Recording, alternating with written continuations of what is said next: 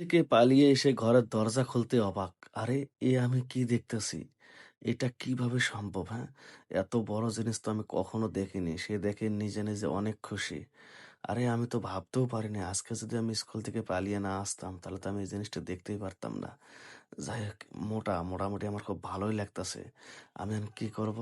যাক, আগে দেখি বাড়িতে কেউ আছে কিনা। যেই বলা সেই কাজ। সে এখন এখান থেকে আস্তে, আস্তে ১ পা ২ পা করে এখন পুরো বাড়িটা ভালোভাবে দেখতেছে যে বাড়ির মধ্যে সে আর তার মামাতো ভাই ছাড়া অন্য কেউ আছে কিনা। এখন দেখতেছে যে না, সে আর তার মামাতো ভাই ছাড়া অন্য কেউ নাই। যাক, সে তো অনেক খুশি। তাহলে আমি পালিয়ে এসে খুব ভালোই করেছি। আমি তো কখনো কল্পনাও করতে পারিনি যে এরকম জিনিস দেখতে পাবো। আচ্ছা দেখি তো, আমার মামাতো ভাই ষোলোটা আসা কথা, ও আগে আইছে কিনা। এখন দেখতেছে যে না, তার মামাতো ভাই ঠিক এইরকম সময় কিন্তু প্রায় প্রায় পালিয়ে আসে স্কুল থেকে। তো আজকে দেখতেছে যে না, মামাতো ভাই ছোটটা সম্ভাবনা আসবে না। এখন দেখি যেহেতু মামাতো ভাই বড়টা ঘুমিয়ে রয়েছে, আজকে মামাতো ভাই বড়টার কাছে আমি চান্স নেব। আর আমাকে দেখে সে অপছন্দ করবে না, কারণ আমি তো দেখতে মোটামুটি সুন্দরই আছি।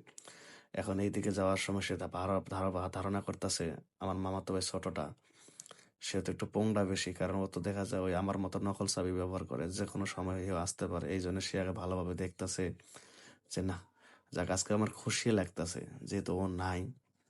এখন দেখেন যাওয়ার সময় তার মনে হচ্ছে যে মামাতো ভাই তো ওয়াশরুমে থাকতে পারে, এখন সে ওয়াশরুমও ভালোভাবে দেখতেছে যে এখানেও নেই। এখন সে কিন্তু অনেক খুশি। এখন যাক আর ঠেকাই কেডা, এখন মামাতো ভাইয়ের সাথে আমি আজকে অনেক এনজয় করব। আমার খুবই ভালো লাগে মামাতো ভাই বড়টা এবং ছোটটাকে, যেহেতু আজকে ছোটটা আসে নাই, বড়টাই আছে, তাহলে বড়টার সাথে আজকে আমি অনেক কিছুই করব। এখন দেন যেই বলা সেই কাজ। তখন সে ১ পা ২ পা করে রুমের ভিতরে যখন ঢোকে তো অবাক, আরে এখানে দেখেছিলাম মামাতো ভাই বড়টা, এখন তো মামাতো ভাই বড়টা নাই, এখন দেখি ছোটটা। তার মানে আমি বুঝতে পেরেছি ও আমার মতো স্কুল ফাঁকি দিয়ে এসেছে। কি ব্যাপার, প্রত্যেক দিন আমরা যে মজা করি সেই মজার লোভ সামলাইতে পারস নাই না, তুইও চলে আইসস। তখন সে কি কয়, আরে আমার হাতে তো একটা চাবি, তাহলে তুমি কেমনে আসলা? কয় আমি কেমনে আইছি দাঁড়া। তখন সেও দেখাচ্ছে দেখ আমার কাছেও চাবি আছে, তুই খালি লুকিয়ে লুকিয়ে আসতে পারিস, আমি কি আসতে পারি না? হ্যাঁ, আমি আজকে বাইরের মধ্যে এসে অন্যরকম একটা জিনিস দেখেছিলাম, কিন্তু ওই জিনিসটা এখন পাচ্ছি না, পাচ্ছি ছোট আইটেম। সে বলছে আমি কিছু বুঝলাম না। কত তোর কিছু বোঝা লাগবে না, শোন, এতদিন আমি ভাবতাম যে এই বাড়ির ভিতরে আমি মনে হয় একাই চালাক, এখন দেখি যে না, এই বাড়িতে আরো অন্য কেউ চালাক আছে, সেটা হচ্ছে তুই। সত্য কথা বলতে তোর বড় ভাই আর তুই যখন আমগো বাড়িতে থাকিস এবং তুই আমার লোকের লেখাপড়া করিস আর তোর বড় ভাই এখানে ব্যবসা করে, ওদিন থেকে মনে কর তোর আর তোর বড় ভাইয়ের প্রতি আমার একটা ভালোবাসার একটা নজর যায়, কিন্তু কোনোদিন বলতে পারি নাই। কিন্তু আজকে যখন এসে দেখি যে তোর বড় ভাই বাড়ির মধ্যে, অর্থাৎ আমার মামাতো ভাই তোর বড়টা যেটা, এটা খাটার মধ্যে হুইয়া রয়েছে, হেরে দেখে কিন্তু আমার মাথা নষ্ট হয়ে গেছিলো।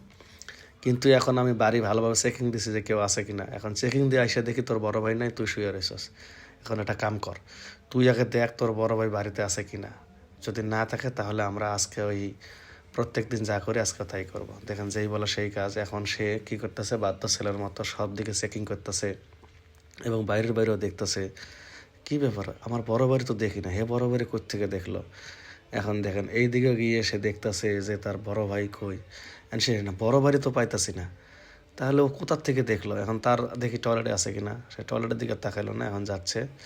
এখন যাওয়ার পরে ওরে বলতেছে কি ব্যাপার, কোনো জায়গায় তো আমি আমার বড় বাড়ি দেখতে পারতাছি না।